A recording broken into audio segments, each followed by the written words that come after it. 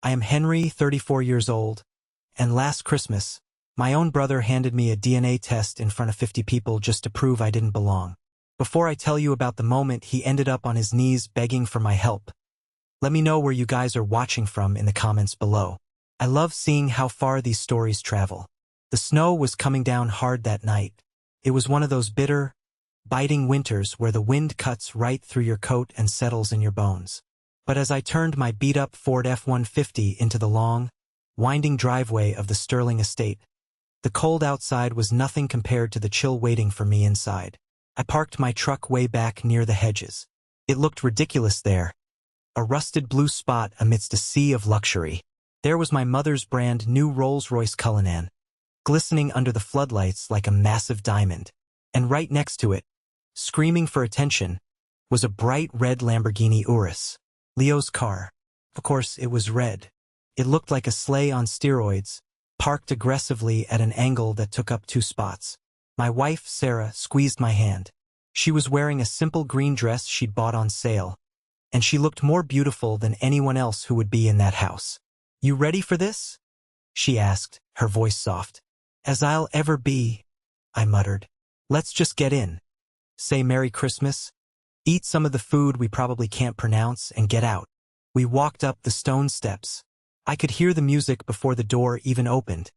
Some jazz rendition of Jingle Bells that sounded too expensive to be festive. The butler, a man I'd known since I was a kid, but who still looked at me like I was a delivery driver, opened the heavy oak door. "Master Henry," he nodded, barely making eye contact. "Merry Christmas, Jenkins," I said. He didn't reply. The main hall was suffocating.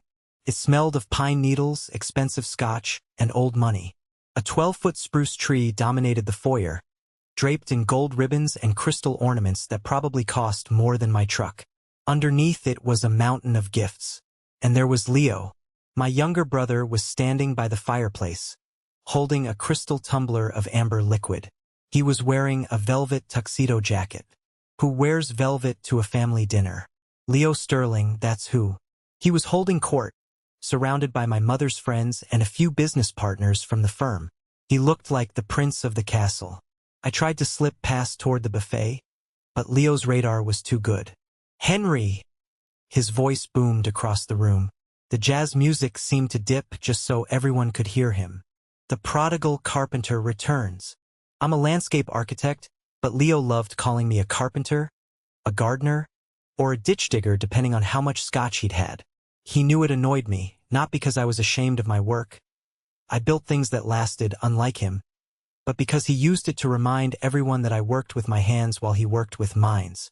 I forced a smile, the kind that hurts your cheeks. "Merry Christmas, Leo. Nice jacket. Very festive." He walked over, his Italian leather shoes clicking on the marble. He clapped a hand on my shoulder, heavy and condescending. "It's bespoke, Henry. But don't worry about the details. I'm just glad you could make it. We were betting on whether your truck would start in this weather." A ripple of polite, cruel laughter went through the circle of sycophants around him. My mother, Eleanor, was standing near the piano. She held a glass of champagne, looking elegant and frozen. She didn't step in. She never did. She just took a sip of her drink and looked away, adjusting her pearl necklace. "The truck runs fine, Leo," I said, keeping my voice even. "Sarah and I are just here to pay our respects." "Respects? It's a party, not a funeral." Leo laughed, but his eyes were dead serious. "Speaking of parties, everyone, gather round. I have a special announcement." My stomach tightened. Sarah gripped my arm. "Let's go," she whispered. "We don't need this." "Wait," I said. "Couldn't run. Not again." Leo stood on the raised hearth of the fireplace. He raised his glass. "As you all know, it's been a tough year since Dad passed. But under my leadership, Sterling Enterprises has had its best quarter yet." That was a lie. I knew for a fact he had leveraged 3 properties just to keep cash flow positive, but nobody here cared about balance sheets. They cared about the show. "But tonight," Leo continued, his eyes locking onto mine, "is about family and honesty. You see, growing up, Henry here always felt different. Didn't you, Henry? You liked dirt, we liked boardrooms. You liked silence, we liked the spotlight. Dad was always so hard on you, and you never understood why. The room went silent. The air felt thin. So, for Christmas? Leo reached behind the massive tree and pulled out a small, rectangular box wrapped in deep red velvet paper. I got you something to clear up the confusion. A gift of clarity. He walked over and shoved the box into my chest. I had to grab it or let it fall. Open it, Leo commanded. Leo, don't, Sarah said, stepping forward. Whatever this is, stop. It's just a gift, Sarah. Leo grinned, his teeth white and predatory. Go on, Henry. Open it. My hands were trembling slightly, not from fear, but from a rage I was trying desperately to bottle up. I tore the paper. Inside was a plastic box, a 23andMe DNA testing kit. I stared at it. The room seemed to spin. I've already submitted mine, Leo announced to the room, his voice dripping with mock sympathy. And I think, big brother, it's time you did too. Because let's be honest, looking at you, and then looking at the portraits of our ancestors on these walls, something doesn't add up. He leaned in close, so close I could smell the expensive scotch on his breath. He whispered, but it was loud enough for the front row to hear. Maybe this will finally prove why you've always been the glitch in the bloodline, Henry. A system error. A mistake. The glitch in the bloodline. The words hung in the air like smoke.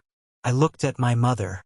She was studying the bubbles in her champagne glass as if the secrets of the universe were trapped in the carbonation. She knew. She had to know what he was doing, and she was letting it happen. The guests were shifting uncomfortably, but some were smirking. They loved the drama. They loved watching the high and mighty Sterlings tear each other apart, as long as the blood didn't splash on their designer clothes. I looked down at the box. This was it. The ultimate humiliation. He wasn't just calling me a disappointment. He was questioning my very existence in this family. He was erasing my history. I felt Sarah's hand on my back, a warm anchor in a freezing ocean. I slowly looked up. I didn't scream. I didn't punch him, though God knows I wanted to shatter that perfect jaw of his. Instead, I channeled every ounce of dignity I had left. Thank you, Leo, I said. My voice was calm, which I think unsettled him more than shouting would have. You're right. The truth is important, even if it destroys the people who think they control it. I tucked the box under my arm. Merry Christmas, Mother, I called out. Eleanor flinched but didn't look up. I turned around, grabbed Sarah's hand, and walked out. Behind me, I heard Leo laugh, a loud, barking sound meant to assert dominance. Don't forget to mail it in, Henry. Postage is on me. We walked out into the snow. The cold air hit my face, drying the sweat on my forehead. We got into my truck. The engine roared to life with a rattle and a cough, loud and unrefined next to the silent, sleeping luxury cars. As we drove down the driveway, leaving the lights of the mansion behind in the rearview mirror, Sarah looked at me. You're not actually going to take it, are you? She asked. I gripped the steering wheel until my knuckles turned white. The road ahead was dark, covered in fresh, untouched snow.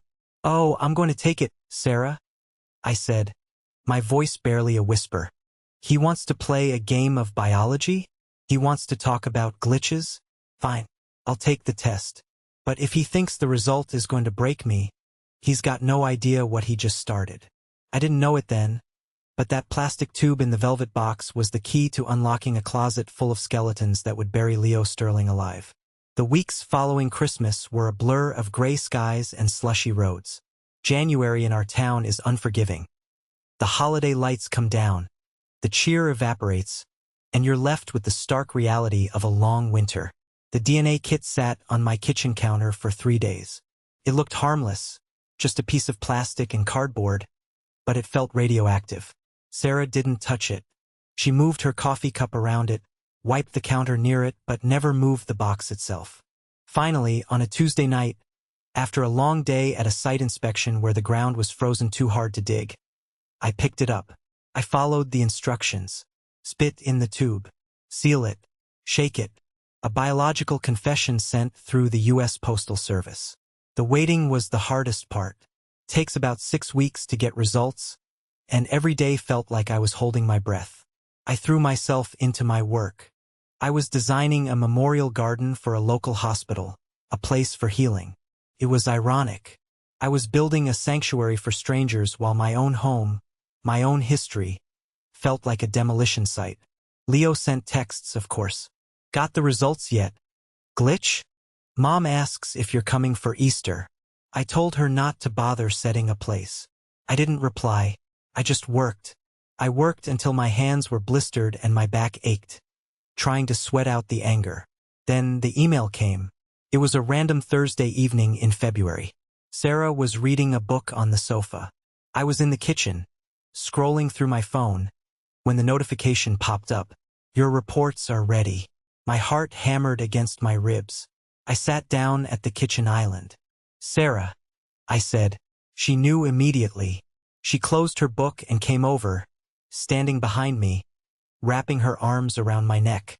Do you want me to look first? No, I said. I need to see it. I clicked the link. I logged in. The wheel spun for a second. Then the colorful pie chart appeared. Ancestry composition. Genetic matches. I scrolled down to the close family section. I expected to see Eleanor Sterling. I expected to see cousins. But when I looked for the paternal match, for any link to the Sterling bloodline that dated back 4 generations in this town, nothing. I checked the comparison tool. Leo had made his data public, mostly to brag about his pure European nobility percentages on Facebook. I ran the comparison. Henry Sterling versus Leo Sterling. Shared DNA, 0%. I stared at the screen. 0. Not half-brothers. Not even distant cousins. We were strangers. I looked at the maternal side. Eleanor was there. She was my mother. But Arthur Sterling? The man who raised me? The man who taught me how to tie a tie, even if he did it with a scowl? The man whose approval I had chased my entire life? He wasn't my father. A strange feeling washed over me. I expected devastation. I expected to fall apart. But instead I felt lighter. I'm not a glitch, I whispered. What? Sarah asked, resting her chin on my shoulder. Leo called me a glitch in the bloodline, a mistake in the copy. But I'm not a mistake, Sarah. I'm just a different file entirely. I stood up and paced the kitchen. The shock was wearing off, replaced by a burning need for answers. If Arthur wasn't my father, who was? And did Arthur know? Did he spend 34 years raising another man's son, hating me for it? I need to go to the attic, I said. The attic? Sarah looked confused. Here? No. Grandma's old house. Mom hasn't sold it yet. She just uses it for storage. We drove over there at midnight. The house was cold and smelled of dust and mothballs. I had a key because I was the only one who ever checked on the pipes in the winter. We went up to the attic with flashlights. I knew my mother kept her old college things here.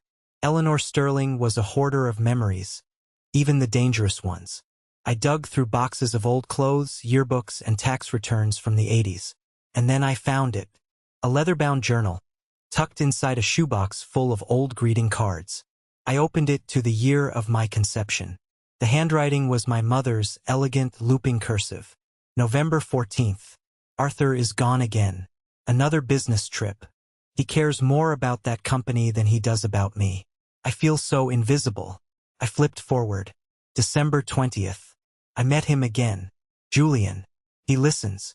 He looks at me like I'm the only person in the room. I know he's Arthur's competitor. I know it's wrong. But Arthur is so cold. Julian. The name hit me like a physical blow. Julian Thorne. I knew that name. Everyone in the industry knew that name. Julian Thorne was a visionary architect and developer. He was Arthur Sterling's sworn enemy. They had fought over zoning rights, city contracts, and prestige for decades. I grabbed my phone and searched for Julian Thorne. He had died 5 years ago. I pulled up an image. The man staring back at me had my eyes. He had my jawline. He had the same way of holding his head, slightly tilted to the left. I sat on the dusty floorboards, the flashlight beam shaking in my hand. "My father is Julian Thorne," I said, my voice echoing in the empty attic. "My mother had an affair with Dad's biggest rival to get back at him for working too much." Sarah sat down beside me. "Henry, this means—" "It means Leo was right," I said bitterly. "I am a fraud. I've been walking around with the Sterling name, inheriting the Sterling work ethic, trying to please a man who probably looked at me every day and saw his enemy's face." I closed the journal. The shame Leo wanted me to feel finally hit me, not because of the DNA, but because I felt like a trespasser in my own life. Arthur Sterling must have hated me. That explained the harshness. That explained why he made me work summers at the construction sites while Leo went to tennis camp. That explained why he pushed me so hard. He was punishing me for being Julian's son. "I'm done," I told Sarah as we drove home in the silence of 3 a.m. "I'm not going to fight for the inheritance. I'm not going to fight for the company. Leo can have it. He's the real Sterling. I'm just nothing." "You are not nothing," Sarah said fiercely. "You are Henry. You are the man who built our house with his own hands. You are the man who stays up late designing gardens for sick people." "I'm resigning from the board," I said, staring out the window at the passing streetlights. "I'll sign whatever papers they want. I'll change my name if I have to. I just want out." I spent the next 2 weeks preparing to disappear. I drafted a resignation letter. I looked up properties in Oregon, far away from the Sterling drama. I was ready to ghost them all. But the universe, or maybe just the law, has a funny way of dragging you back in when you try to leave. It was a Tuesday morning in March. I was packing up my office at the firm. A small, quiet office in the basement level, far away from Leo's penthouse suite. I had a box of books in my hands when my phone rang. It wasn't Leo. It wasn't my mother. "This is Henry," I answered. "Henry, it's Vance. Mr. Vance. My father's, Arthur's, personal attorney for 40 years. A man made of granite and expensive suits. He terrified me when I was a kid, and honestly, he still scared me a little now." "Mr. Vance," I said, "if this is about the resignation, I'm sending it over today. You don't need to worry. I'm not calling about a resignation." Vance's voice was like gravel crunching under tires. "I'm calling about the reading." "The reading?" "Dad's will was read 6 months ago. Leo got the CO title. Mom got the house. I got the—" I paused. "The sentimental items," which turned out to be a box of old blueprints. "That was the preliminary distribution," Vance said. "There was a codicil, a secondary protocol triggered by a specific date. That date is tomorrow." "I don't understand," I said, putting the box down. "Does Leo know?" "Leo and your mother have been summoned. Attendance is mandatory, Henry. Do not make me send a car for you." "Mr. Vance, look, I know the truth," I blurted out. "I took a test. I know I'm not Arthur's son. I don't belong there. Just give whatever is left to Leo and let me go." There was a long silence on the other end. "You think Arthur didn't know?" Vance asked. His tone wasn't mocking, it was almost amused. "He knew. 9 a.m. sharp, Henry. Wear a suit. And bring your wife. You're going to need a witness." The line went dead. I stood there in my basement office, the phone still pressed to my ear. I thought I had figured out the ending of the story. I thought the tragedy was complete. I was the bastard son, the outcast, the glitch. I was supposed to fade away. But Vance's voice echoed in my head. "You think Arthur didn't know? If he knew, why didn't he kick me out 30 years ago?" My phone buzzed again. A text from Leo. "Vance says we have a meeting. Bringing your coloring books? I'm driving the new Ferrari. Try not to hit it with your truck." I looked at the text. I looked at the box of packing supplies. "Not today, Leo," I whispered to the empty room. "Not today." The morning of the meeting. The sky was a bruised purple color. Threatening rain. Felt fitting. I woke up at 6 a.m., but I hadn't really slept. I spent the night staring at the ceiling, replaying my entire childhood in my head. Every time Arthur scolded me for holding a shovel wrong. Every time he made me rewrite a report because of a single typo. Was it hate? Or was it something else? Sarah was already up, ironing my navy blue suit. It was the one I wore to weddings and funerals. Today felt like a mix of both. You don't have to do this, she said, smoothing out the collar. We can just drive, pick a direction and go. Vance said it was mandatory, I said, buttoning my shirt. My fingers felt numb. Besides, if I run now, Leo wins. He gets to tell the story of how I was too coward to face the truth. He's going to be vicious, Henry. I know, but I'm immune to him now. He can't hurt me with the truth if I already accept it. I checked my phone. 3 missed calls from my mother.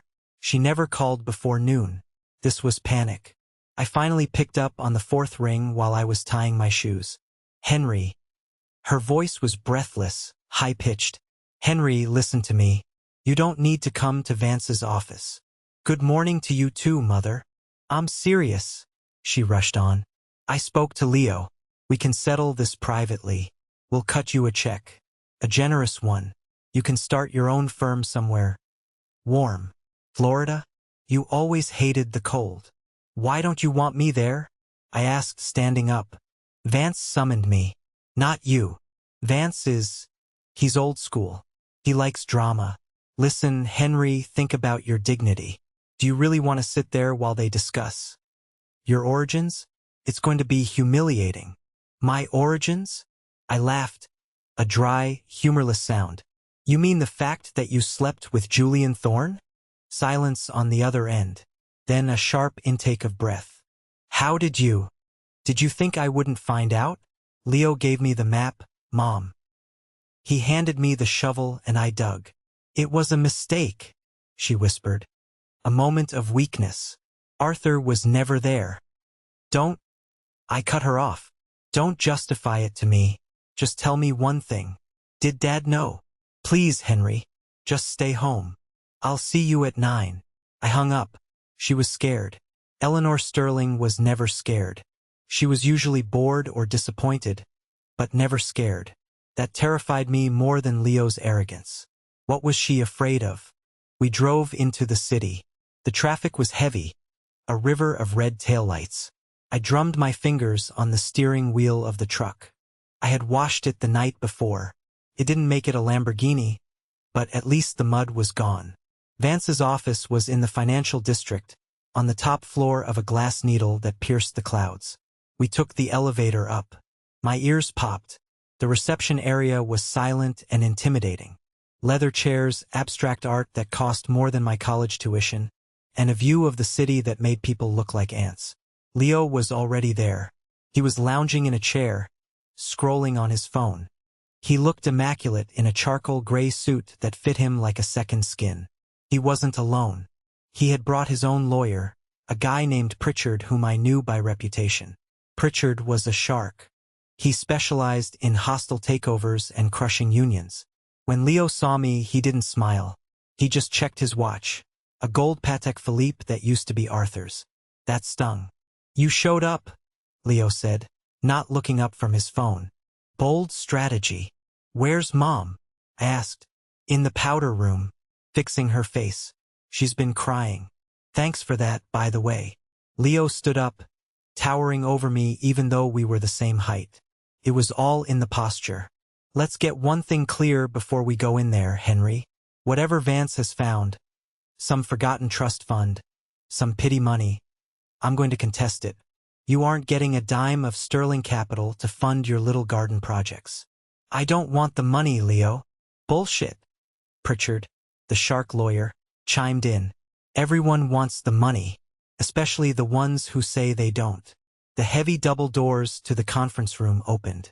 Vance's secretary, a woman who looked like she hadn't smiled since 1990, stepped out. Mr. Vance is ready for you now. We filed in. The conference room was massive. A long mahogany table stretched down the center. At the head of the table sat Mr. Vance. He looked older than I remembered. His hair was completely white, his face lined with deep grooves. But his eyes were sharp, intelligent, and currently unreadable. My mother came in behind us, smelling of lavender and anxiety. She sat next to Leo, avoiding my gaze. "Sit down," Vance said. It wasn't a request. I sat on the left side. Sarah took the chair next to me. Leo and Mom sat on the right. The battle lines were drawn. "We are here to execute the final clause of Arthur Sterling's last will and testament," Vance began, opening a thick leather folder. "We did this 6 months ago," Leo interrupted, leaning back and crossing his legs. "The estate is settled. I'm CEO. Mom has the assets. Henry got his box of drawings. Why are we wasting billable hours?" Vance slowly lifted his head. He took off his reading glasses. Arthur insisted on a 6-month cooling-off period. He wanted to see how the new leadership performed. Leo scoffed. "The stock is up 4%. The stock is up because you laid off 200 workers and sold the logistics division," Vance said calmly. "But we aren't here to discuss stock prices. We are here to discuss the family." "There is no family," Leo sneered, pointing a finger across the table at me. "There's me, the heir. And there's him, the charity case. Actually, Vance, since we're all here, I have some new evidence to submit to the record." Leo slid a folder across the mahogany table. It spun and stopped perfectly in front of Vance. "DNA results," Leo announced, looking at me with triumph, "proving conclusively that Henry Sterling has zero biological claim to this estate. Under state law, any inheritance based on issue or offspring is void if the lineage is fraudulent." My mother put her hand on Leo's arm. "Leo, stop." "No, Mom. We're ending this today." Leo turned to me. "You're a fraud, Henry. You're a glitch. And glitches get deleted." I felt Sarah tense up beside me. I placed my hand over hers. I was surprisingly calm. The worst had been said. The weapon had been fired. Vance didn't even open the folder Leo slid to him. He just pushed it aside with one finger. "I am aware of Henry's parentage," Vance said. "Arthur was aware of it too." Leo froze. "What?" "Arthur knew," Vance repeated. "He knew since Henry was 2 years old. He knew about the affair. He knew about Julian Thorne." The room went deadly silent. The only sound was the hum of the HVAC system. My mother let out a small sob and covered her mouth. "If he knew," Leo stammered, his face turning red, "then why did he keep him? Why did he let him use our name?" Vance stood up. He walked over to a wall panel and pressed a button. A large screen descended from the ceiling. "Arthur didn't trust paper for this," Vance said. "He knew you would try to contest paper, Leo. He knew you would hire men like Mr. Pritchard here to twist words. So he recorded a video." Vance looked at me. For the first time, his expression softened. "Henry, you might want to brace yourself. Play it," I said. Vance dimmed the lights. The projector whirred to life. And suddenly there he was, my father, Arthur Sterling. He was sitting in this very room, wearing his favorite cardigan, looking frail but intense. The timestamp showed it was recorded on December 24th, Christmas Eve, the year before he died. The day Leo had mocked me at dinner for the first time. I watched the screen, unable to breathe. I was about to hear the voice of a dead man, and I had no idea if he was going to curse me or save me. The image on the screen flickered for a second before stabilizing. Arthur Sterling looked into the camera lens as if he were staring right through the screen and into my soul. His face was gaunt. The cancer had been eating him away by then, but his eyes were clear, cold, blue, and sharp. "This is the final testament of Arthur James Sterling." His voice filled the room, raspy but commanding. "If you are watching this, I am gone, and 6 months have passed since my death." On screen, Arthur took a sip of water. His hand shook slightly. "I am recording this on Christmas Eve. I just came from dinner." He paused, a look of disgust crossing his face. "I watched my son, Leo, humiliate his brother. I watched my wife, Eleanor, sit in silence and let it happen." In the conference room, my mother gasped. Leo shifted in his chair, his arrogance cracking. "This is manipulated," he muttered. "Deep fake." "Quiet," Vance snapped. On the screen, Arthur continued. I have spent 40 years building Sterling Enterprises. It is not just a company. It is a reputation. It stands for integrity, hard work, resilience. He leaned forward. Leo, Arthur said, felt like he was in the room. You have always believed that you are special because of your blood. You think that carrying the Sterling DNA makes you a king. But I have watched you. You are lazy. You are cruel. And you are reckless. You treat people like disposable tissues. Leo's face was turning a shade of purple I'd never seen before. And Henry, Arthur said. My heart stopped. Henry, Arthur said, his voice softening just a fraction. I know. I have always known. You are Julian Thorne's son. You have his artistic eye. You have his passion. I felt tears prickling my eyes. He knew. All those years. I was hard on you, Henry, Arthur continued. I made you work the cement mixers. I made you dig trenches in the rain. I made you earn every single dollar you ever made. I did that because I needed to know if you were like him, or if you could be like me. Arthur smiled. It was a small, rare smile. You are better than both of us. You have Julian's talent, but you have my discipline. You are the only one in this family who understands that respect is earned, not inherited. Arthur picked up a document on the desk in the video. Therefore, I am activating the moral clause of my estate. Objection. Pritchard, Leo's lawyer, shouted instinctively, forgetting he was yelling at a video recording. Arthur continued, I hereby revoke the preliminary distribution of assets. The controlling interest in Sterling Enterprises, 51% of the voting stock, is immediately transferred to a trust. Leo let out a breath of relief. A trust. Okay. A trust is managed by the bank. We can work with that. The sole trustee, Arthur said, with absolute power to hire, fire, and manage the assets, is Henry Sterling. The room exploded. No! Leo slammed his fist on the table. That's impossible. He's a bastard. He's not a Sterling. Sit down, Leo. Vance roared, his voice thundering across the room. I had never seen the old lawyer lose his temper. The video is not finished. Leo slumped back, breathing hard. My mother was weeping silently, her head in her hands.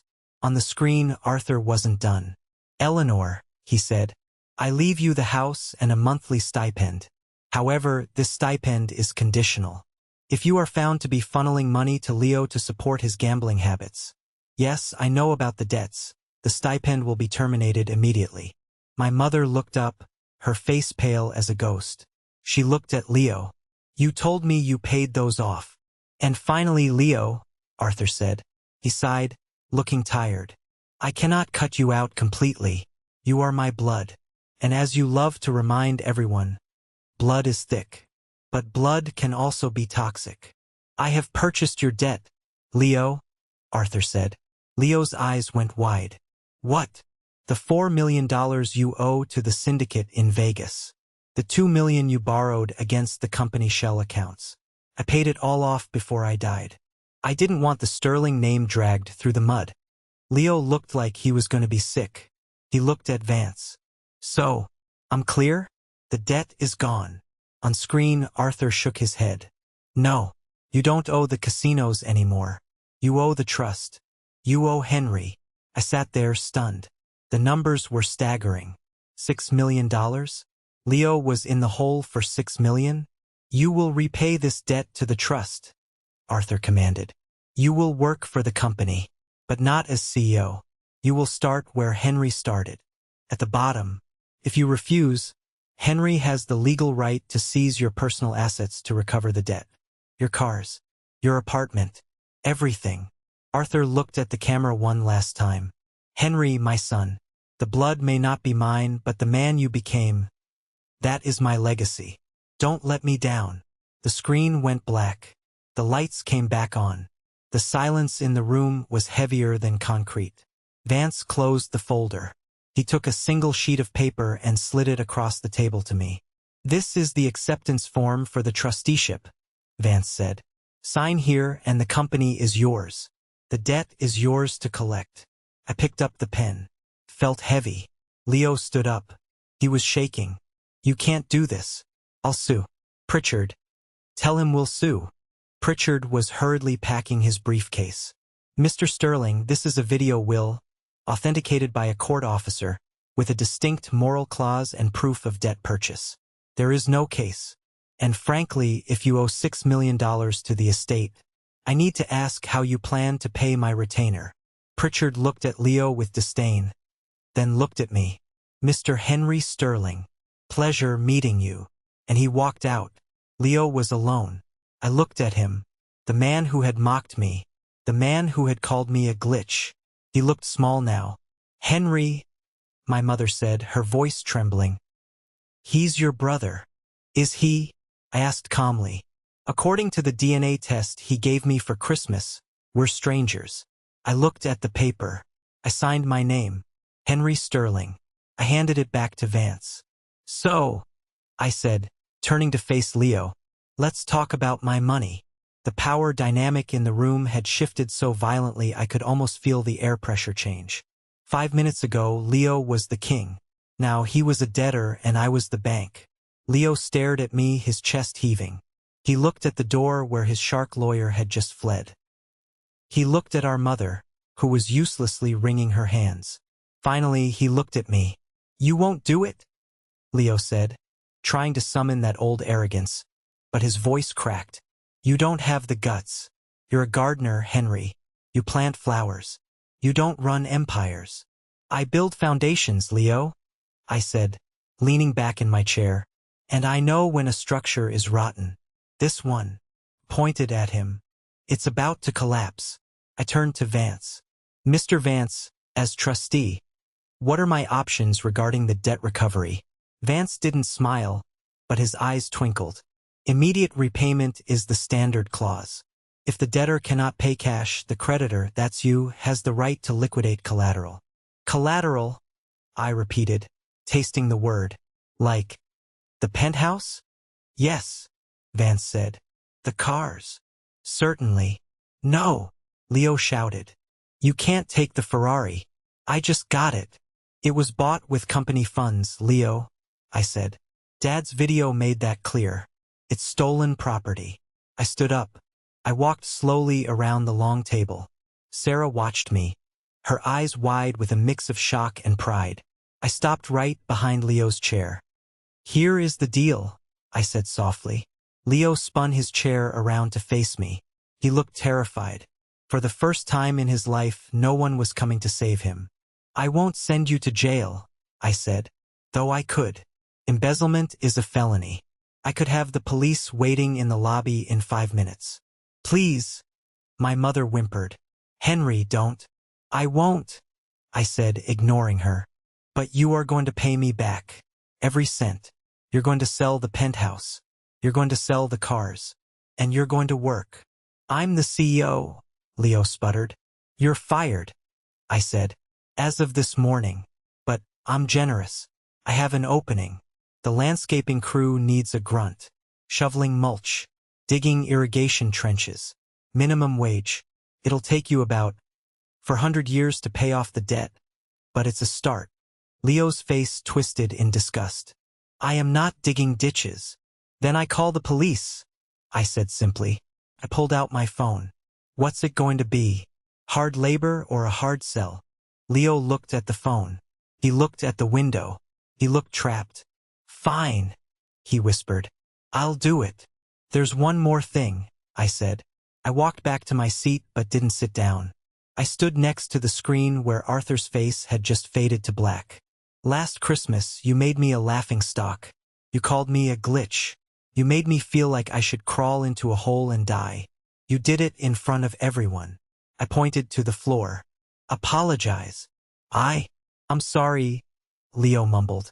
Not good enough, I said. You wanted to bring feudalism back? You wanted to talk about bloodlines and nobility? Fine. Bow. What? Leo blinked. Bow, I commanded. On your knees. Apologize to me, and apologize to the memory of the man you stole from. I am not kneeling to you, Leo spat. Okay. I dialed 3 digits. 911. Hi, I'd like to report a grand larceny at— Wait! Leo screamed. He scrambled out of his chair. He looked wild. Stop! Don't call! Then bow! The room was silent. Even the air conditioning seemed to stop. Leo Sterling, the golden boy, the man in the bespoke suit, slowly bent his knees. He lowered himself to the plush carpet of the law office. He shook. Whether it was rage or shame, I didn't care. He put his hands on his knees and lowered his head. I'm sorry, he choked out. I'm sorry I stole the money. I'm sorry I mocked you. I looked down at him. I thought I would feel triumphant. I thought I would feel like a conqueror. But honestly, I just felt pity. He looked pathetic. He was a man made of money, and without it, he was nothing. Get up, I said quietly. You have a shift starting tomorrow at 6 a.m. Don't be late. Jenkins hates tardiness. Leo scrambled to his feet, dusting off his suit knees, his face burning a bright, humiliated red. He wouldn't look at me. He grabbed his phone from the table and made a move toward the door. Not so fast, I said. Leo froze. What now? I did what you wanted. Keys, I said, holding out my hand. Henry, I need to drive home, he whined. You don't have a home to drive to. The bank is seizing the penthouse tomorrow, and the car is company property. My property. I wiggled my fingers. Keys. Now. Leo reached into his pocket. He pulled out the heavy fob of the Ferrari.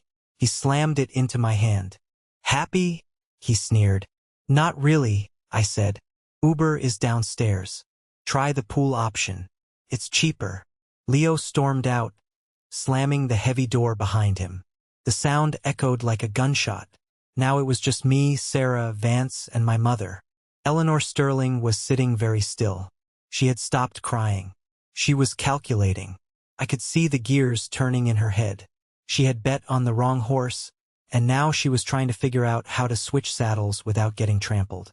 Henry, she said, her voice soft, trying to summon that motherly warmth she hadn't used on me in decades. That was hard to watch, but you were strong, just like Arthur. She stood up and walked toward me, reaching out a hand to touch my arm. I know we've had our differences, she said, but now that you're in charge, we need to present a united front. The gala is next month. We can go together. I can introduce you to the board properly. I stepped back. Her hand hovered in the air, touching nothing. Differences? I asked. Mom, you watched him hand me that DNA test. You knew it was coming. You probably helped him wrap it. I was protecting you, she pleaded. I wanted you to know the truth so you could find your own path, away from this toxic environment. You wanted me gone, I corrected her. You wanted me gone because every time you looked at me, you saw your mistake. You saw Julian Thorne. That's not true, she lied. I loved Julian. Did you? I laughed. Or did you just love the attention? It doesn't matter anymore. I turned to Vance. The stipend for my mother. What were the conditions again? Vance checked his notes. If she is found to be funneling money to Leo, I haven't given him anything since the will was read, she insisted. We'll see, I said. Vance, I want a full forensic audit of her accounts. If I find one transaction, one Venmo, one wire transfer, one check that went to Leo in the last 6 months, cut her off. Eleanor's eyes went wide with genuine terror. Henry, you can't. This house. The maintenance alone is $20,000 a month. Then maybe you should downsize, I said. I hear condos in Florida are nice this time of year. I am your mother, she shrieked, the facade finally dropping. I gave you life. You gave birth to me, I said, grabbing Sarah's hand. Arthur gave me a life, and Sarah gave me a home. You just gave me a complex. Mr. Vance? I nodded to the lawyer. I'll be in touch regarding the transition. I want to meet the department heads on Monday. And Vance? Yes, Mr. Sterling? Vance smiled. He actually smiled. Thank you. We walked out of the office. The reception area was empty. Leo was gone. We took the elevator down to the garage. My old Ford truck was parked in the corner. But in the prime spot, Right near the elevator sat the Ferrari SF90 Stradale. It was sleek, silver, and looked like it was moving even when it was parked. I looked at the key in my hand. "You keeping it?" Sarah asked. I looked at the car. It was beautiful. It was a masterpiece of engineering. It was everything Leo cared about. "No," I said. "I'm going to sell it. The proceeds go to the employee pension fund Leo raided." "Good answer." Sarah smiled and kissed my cheek. "But," I grinned, tossing the key in the air and catching it, "I might take it for a spin around the block first, just to make sure the engine is sound." We got into the Ferrari. The leather smelled like victory. I pushed the start button, and the engine roared to life. A deep, guttural growl that shook the concrete walls of the garage. I pulled out onto the street. The sun had broken through the clouds. The storm was over. I wasn't a glitch. I wasn't a mistake. I was Henry Sterling, and for the first time in 34 years, I was exactly where I was supposed to be. It's been exactly 1 year since that day in the lawyer's office. 1 year since the power shifted, since the Ferrari keys landed in my palm, and since the truth about my bloodline shattered everything I thought I knew. People ask me if winning feels like crossing a finish line, like the credits rolling in a movie. I have to tell them winning isn't the end. It's just the start of the cleanup. And let me tell you, there was a lot to clean up. Taking over Sterling Enterprises wasn't just about sitting in the big chair and signing checks. It was about exorcising ghosts. The first week I walked into the CEO's office, Leo's old office. It smelled of stale cigar smoke and arrogance. The desk was made of sharkskin. I'm not kidding. Actual sharkskin. I had it hauled out and replaced with a simple oak table I designed myself. The employees were terrified of me at first. They thought I was going to be vengeful. They thought the bastard son would burn the kingdom down. Instead, I gave them raises. I took the money from selling Leo's fleet of luxury cars, the Urus, the Ferrari, the Porsche, and dumped every cent into the pension fund Leo had raided. You should have seen the faces of the guys in the warehouse when I announced that their retirement was fully funded again. That was better than any DNA match could ever be. But you're probably wondering about Leo. I didn't fire him. Firing him would have been mercy. It would have set him free to go con someone else. No, I kept him. 6 months into my tenure, on a scorching July afternoon, I drove out to one of our residential development sites. It was dusty, hot, and loud. I parked my truck. Yes, I still drive the Ford, and walked toward the trench line.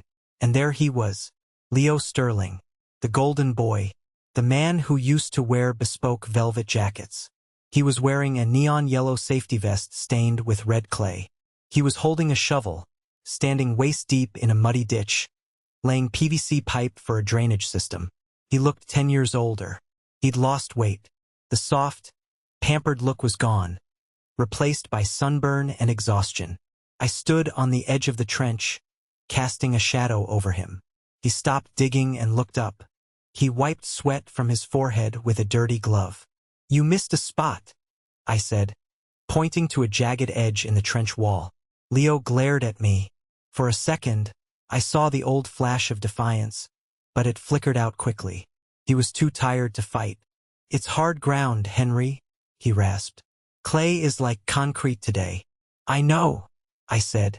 "I dug the same ground 10 years ago when Arthur sent me out here.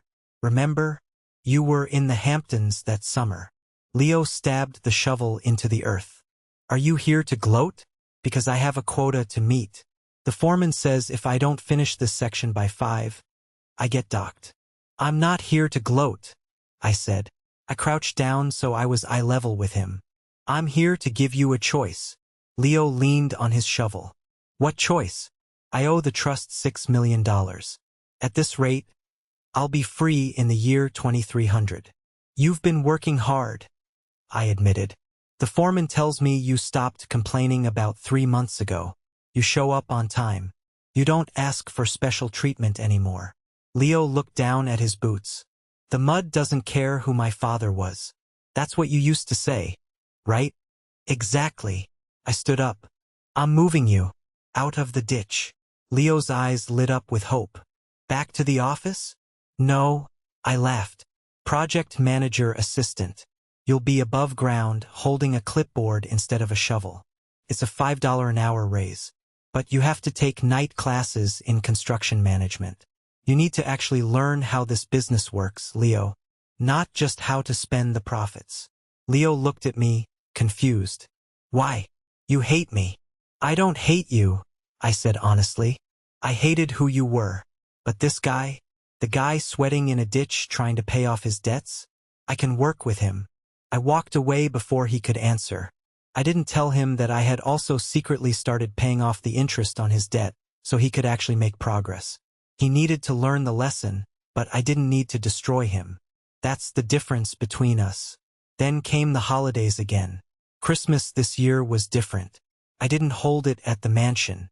Mother was still living there, alone, wandering the halls like a ghost in a museum. I kept my promise. I paid her bills, but I rarely visited. The air in that house was too thin for me. Instead, Sarah and I hosted a party at our place. It's a nice house, comfortable, with a big backyard.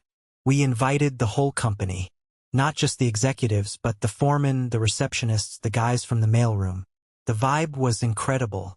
No jazz music, just a classic rock playlist. No champagne towers, just coolers full of beer and a taco truck parked in the driveway. Toward the end of the night, Mr. Vance showed up. He looked out of place in my living room, still wearing his three-piece suit while everyone else was in ugly sweaters. Henry, he beckoned me into the kitchen. I have something for you. No more surprises, Vance, I joked. I can't handle another video, Will. No video, he said. He reached into his jacket pocket and pulled out a thick, cream-colored envelope. It looked old. The paper was yellowed at the edges. What is this? It's from Julian Thorne, Vance said softly. The name still sent a jolt through me. My biological father. The rival. The enemy. Arthur kept this, Vance explained. Julian wrote it to you right before he died. He sent it to Arthur, asking him to give it to you when you were ready. Arthur gave it to me for safekeeping. He said, "Give it to the boy when he knows who he is." I took the envelope. My hands shook just like they had with the DNA test a year ago.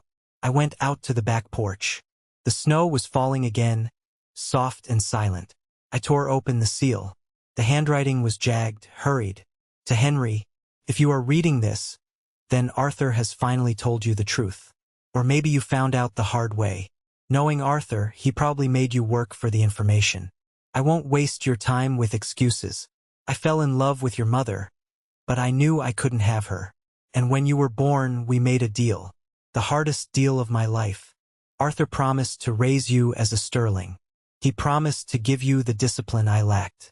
In exchange, I promised to stay away. I promised not to confuse you. I watched you from afar, Henry. I saw you win the architecture prize in high school. I saw you graduate. I saw the gardens you designed. You have my hands, son. You have my need to create. But Arthur gave you the steel to make those creations last. Do not hate him for the lie. He protected you in the only way he knew how. And do not think for a second that you were a mistake. You were the only thing Arthur and I ever agreed on.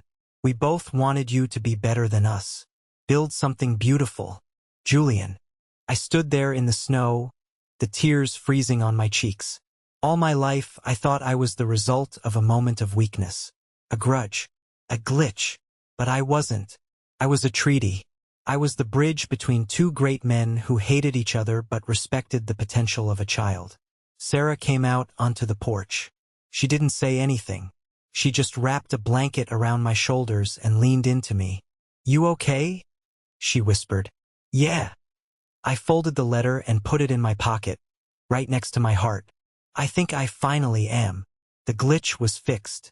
Not by deleting it, but by understanding the code. The cemetery is quiet in the morning. I like it that way. It's located on a hill overlooking the city, and from here, I can see the skyline where Sterling Enterprises has built its legacy. I can see the parks I designed. I can see the world moving on. I stood in front of two graves. They aren't next to each other, that would be too much to ask of the universe, but they are in the same section. Arthur Sterling's headstone is massive, gray granite. imposing and solid, just like him. Julian Thorne's headstone is sleek, black marble, artistic and modern, just like him. I placed a white rose on Julian's grave, a nod to the blood, to the creativity, to the biological spark that made me. Then I walked over to Arthur's grave. I placed a set of blueprints on the grass. It was the design for the new community center we were breaking ground on next week. It was affordable, sustainable, and built to last 100 years. I hope you like it, I said to the stone. Leo helped with the drainage specs. He's actually getting pretty good at it. He stopped wearing Italian loafers to the job site, so that's progress. The wind blew through the trees, a soft rustling sound that felt like a conversation. Standing there between my two fathers, I realized the full weight of the journey. A year ago, I was ready to run away. I was ready to let a piece of paper define me. I was ready to let a small-minded bully like Leo tell me who I was. But family isn't a single line on a graph. It isn't a percentage on a website. Family is the people who show up. It's Arthur, who chose to raise a boy who wasn't his because he saw potential. It's Sarah, who held my hand when I was invisible. It's even Leo, in his own twisted way, pushing me until I finally snapped and stood up for myself. I walked back to my truck. The Ford F-150 was parked on the gravel path. It was getting old, the odometer ticking past 200,000 miles. I could afford a new one now. I could afford a fleet of them. But I kept it. It reminded me of where I came from. It reminded me that you don't trade in loyalty just because you have a better option. I climbed in and started the engine. It rumbled to life, steady and reliable. My phone buzzed. It was a text from Leo. Hey boss, the concrete pour for the foundation is scheduled for noon. You coming to inspect? I smiled. On my way. Don't let it set before I get there. I put the truck in gear and drove down the hill, leaving the dead to rest and heading back to the living, where there was work to be done. I had a company to run, a brother to rehabilitate, and a legacy to build. My own legacy. I am Henry Sterling. I am the son of a visionary and a titan. And I am no longer a glitch. I am the upgrade. Thank you for walking this road with me. It wasn't an easy story to tell, but it's one I needed to share. If there is one thing I want you to take away from my life, it's this. Your value is not written in your DNA. We live in a world obsessed with labels, with status, with who your parents are. We see people like Leo born on third base thinking they hit a triple, and we feel small. We feel like we don't belong because we don't have the right last name or the right inheritance. But the truth? The only inheritance that matters is your character. Integrity is a currency that never devalues. Hard work is an investment that always pays compound interest. When the storm comes, and it always comes, the fancy cars and the big titles won't save you. What saves you is the strength you built when no one was watching. Arthur Sterling taught me that. He taught me that being a father isn't about biology. It's about showing up. It's about teaching the hard lessons. And in the end, the glitch that Leo mocked was actually my greatest strength. Because I had to fight for my place in the world, I knew exactly what it was worth. So look at your own life. Are you letting someone else define you? Are you letting a label hold you back? Tear it up. Write your own definition. I want to hear from you. What is the one quality you value most in a person? Is it their loyalty, their resilience, or their honesty? Or, if this story resonated with you and you believe that family is about love, not just blood, just comment the word good below. Seeing that one word tells me that we are on the same page and that true values still matter in this world. I'm Henry Sterling. Thanks for listening. Now go build something real.